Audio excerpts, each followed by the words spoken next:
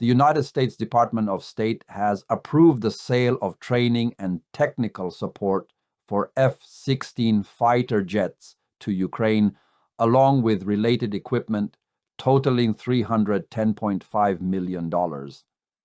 This was announced on the website of the Pentagon's Defense Security Cooperation Agency. The package includes modernization of F-16 aircraft, training for Ukrainian personnel, operational and technical support, delivery of spare parts, consumables, and repair kits, as well as the supply and maintenance of ground support equipment.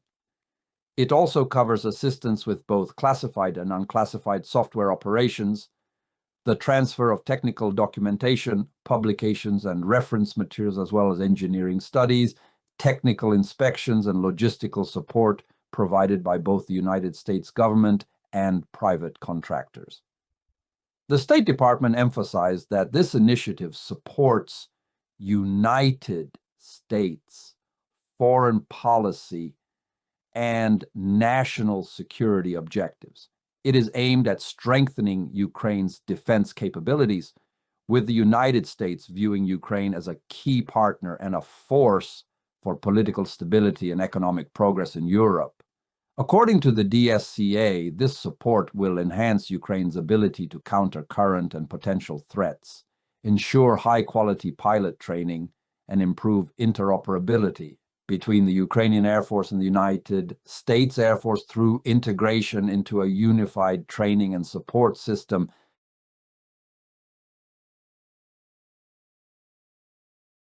United States officials have finalized new economic sanctions against Russia, including banking and energy measures, to intensify pressure on Moscow to embrace United States President Donald Trump's efforts to end its war on Ukraine, according to 3 United States officials and a source familiar with the issue.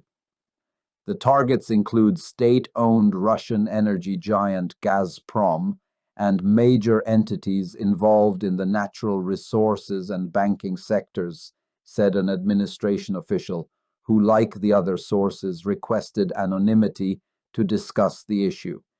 It was far from clear, however, whether the package will be approved by Trump, whose sympathy for Moscow's statements and actions have given way to frustration with Russian President Vladimir Putin's spurning of his calls for a ceasefire and peace talks.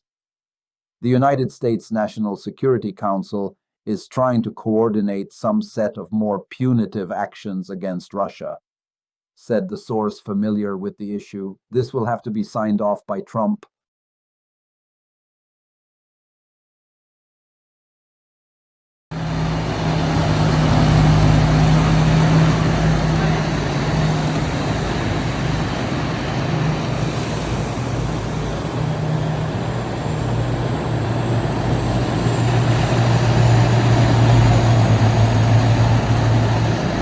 Kyiv will not provide security guarantees to representatives of foreign states who travel to Moscow for the parade marking the 80th anniversary of victory in the Great Patriotic War. This was stated by Ukrainian President Volodymyr Zelensky, who noted that Russia itself may take various actions that could endanger visiting guests. We cannot take responsibility for what happens on the territory of the Russian Federation. They are in charge of your security, so we will not give any guarantees, he said during a conversation with journalists, because we do not know what Russia will do on those dates. They may take various steps on their side, arson, explosions, and so on, and then blame us.